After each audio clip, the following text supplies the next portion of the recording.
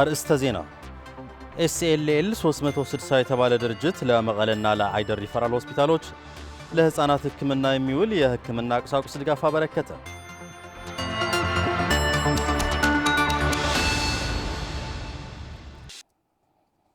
ጤና ይስጥልን ተመልካቾች፣ ከትግራይ ቴሌቪዥን የሚተላለፍ የአማርኛ ቋንቋ ዜናችን አሁን ጀምሯል።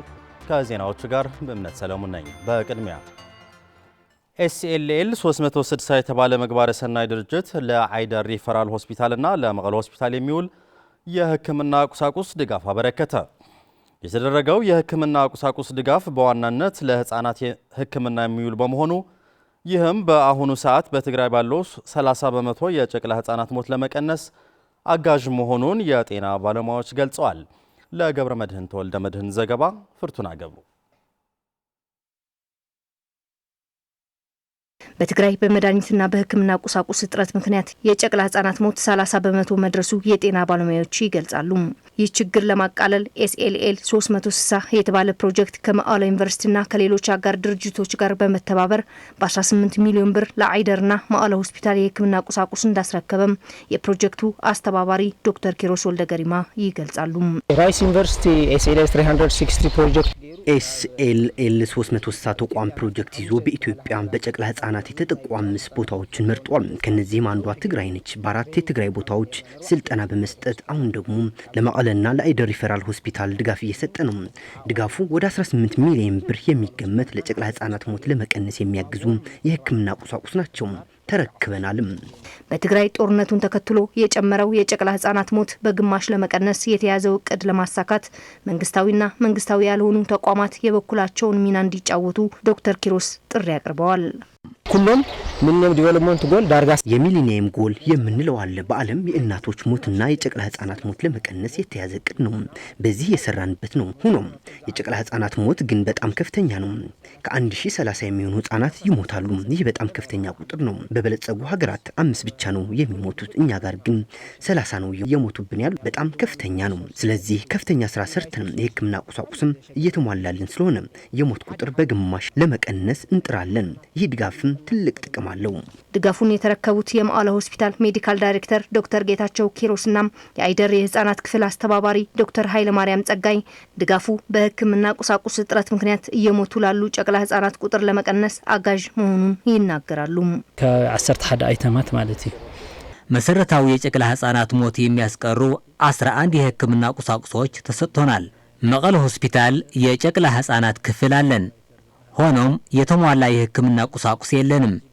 አሁን ግን በዚህ ተቋም የተደረገልን ድጋፍ ከፍተኛ ነው። ምክንያቱም በየወሩ 4 ህጻናት ይሞቱብን ነበር።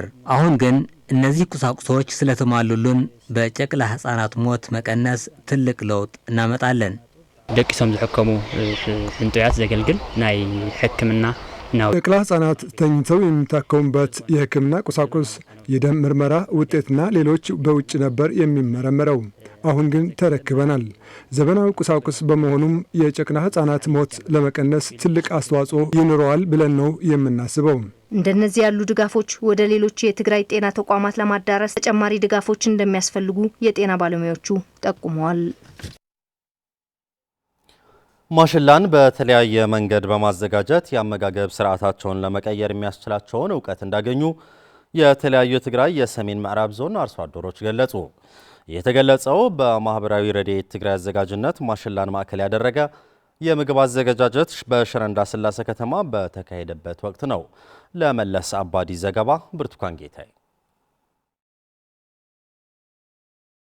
ማሽላ ከተለመደው አሰራር የምግብ አዘገጃጀት በዘለለ ህብረተሰብ በተለያዩ አይነቶች በማዘጋጀት ለምግብነት እንዲጠቀሙበት የሚያስችል ስልጠና ለአርሶ አደሮችና ለምግብ ቤት ባለቤቶች ተሰጥቷል። ከሰሜን ምዕራብ ዞን ወረዳዎች የተወከሉ የስነ ምግብ ስልጠና የወሰዱ ተሳታፊዎች እንዳሉት በስፋት የሚያመርቱት የማሽላ ምርት በተለመደ መልኩ ብቻ ለምግብነት ይጠቀሙበት እንደነበር በማስታወስ ማህበራዊ ረድኤት ትግራይ በሰጧቸው ስልጠና መሰረት ተግባራዊ በማድረግ ተጠቃሚ እንዲሆኑ እንደሚሰሩ ይገልጻሉ። ፍንጀራን ቅጫን ካሊ አይጥቆሞል ነሩ ይድማ በቆሎ ዳቦ ማሽላን ከቂጣና እንጀራ ውጭ በሌላ መንገድ አዘጋጅተን ተጠቅመንበት አናውቅም ነበር። አሁን ግን በተለያየ መንገድ ተሰርቶ ስላየነው ለህብረተሰቡ አዘገጃጀቱም እናሳያለን። ጥሩም ጣምናም አለው።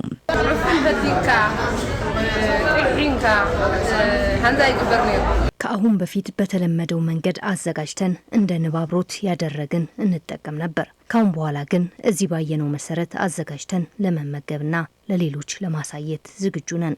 ምትሕዋስን ንበይነምን ኮሜድውን ማሽላን ለብቻው ከሌሎች ግብዓቶች ጋር በማደባለቅ ምግብ ማዘጋጀት ይቻላል።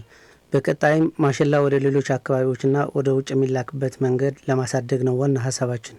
WFPና ማረት ሓጋጊዞም ሰሪሖም ዘለው ናሕብረተሰብና ንምስራጽ WFPና ማረት በጋራ ሆነው ወደ ህብረተሰባችን ለማስረጽ የሰሩት ስራ ቀጣይነት ሊኖረው ይገባል።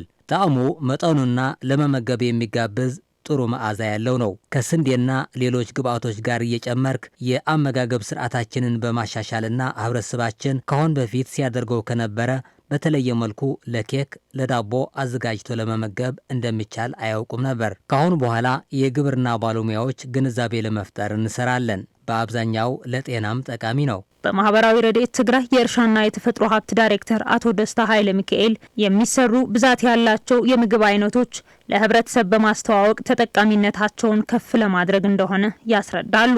ፕሮሰስ ልጎሩ ምግብ ሳተቆሉ ናይ ውልቀት ካላፍለለው እሳቱ በጣም አውጅ ተሳተፉ ምግብ የሚያዘጋጁ የግል ተቋማት እዚህ ተሳትፈዋል። ይህ የተሰራው ሁሉም ማሽላን እንዴት መመገብ እንዳለበት ለማስተዋወቅ ነው።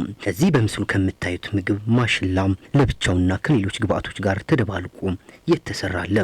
የማሽላ ምርትን በሚገባ ለምግብነት በማዋል አላስፈላጊ ወጪን ከመቀነስ ባለፈ የምግብ ዋስትናን ለማረጋገጥ እንደሚቻልም ተጠቁሟል።